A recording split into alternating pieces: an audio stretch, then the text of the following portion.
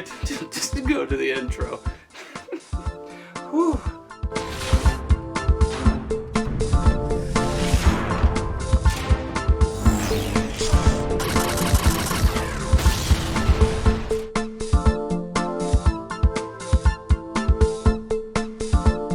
Welcome back to GameVine. My name is Dave, and today we're going to be reviewing the most unique, we'll say, controllers I have in my collection. And they're both made by 8Bitdo. And this one is the 8Bitdo Lite, and it's fashioned for the Switch Lite, and it kind of looks like one. And this one here is the 8Bitdo 02. 01. I don't know if that's an actual controller. It probably is, but man, it can't be much smaller than this guy. Now, if you watch the videos, you've probably seen this controller up in my shelf here, and I haven't really played with it for a while. I got it, and I have been spending the last 2 weeks playing with both of these guys. And here is my opinion, and we'll just give a breakdown of both. We'll first start with this guy right here, the double D-pad 8Bitdo controller.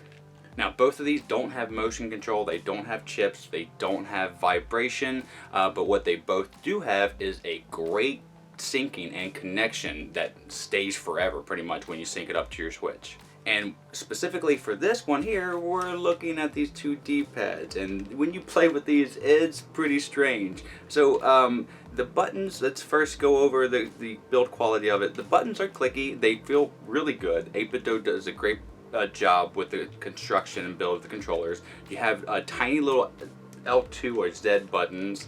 They made that work, and then there's a little trigger in the middle that you can switch to Switch or other platforms like Xbox. But again, we only talk for Switch controllers on this channel. And then it does have a home button and a capture button, so it has everything you need on here. It just has two D-pads, but these D-pads feel phenomenal.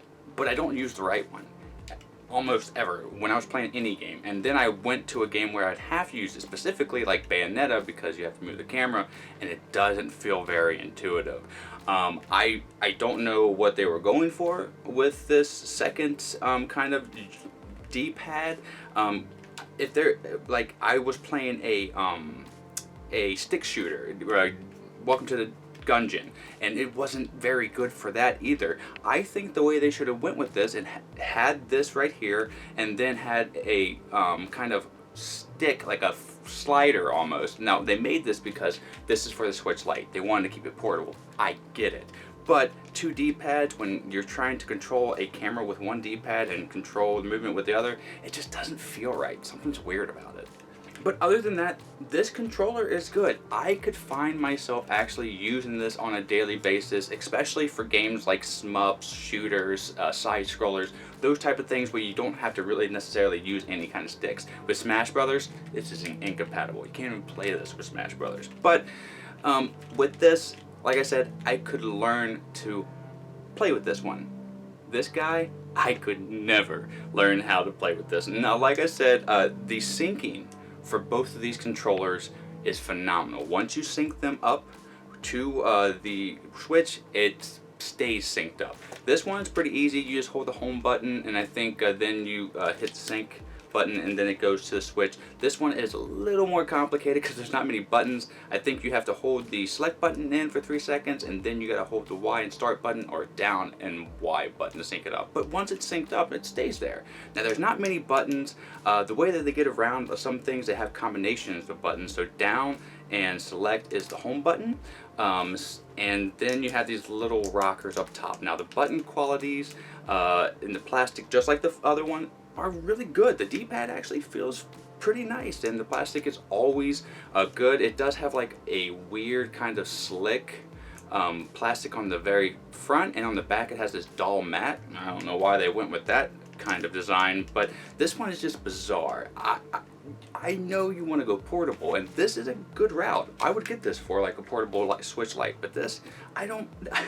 It's like one of those nano pads. This doesn't need to exist. I tried to play almost every game I could with this, and there wasn't anyone that felt good. And I have medium-sized hands, not like big hands or not small hands. So take that for what it is.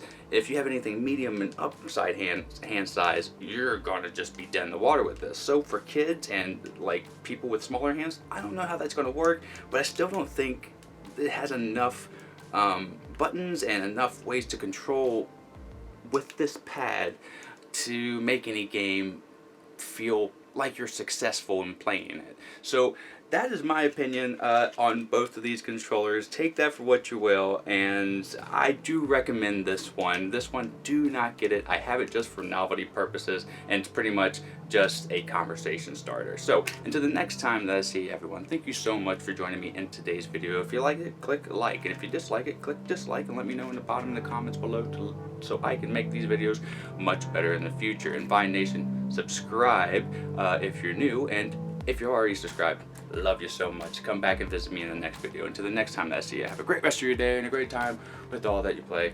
I am Dave, and I'm out. Bye.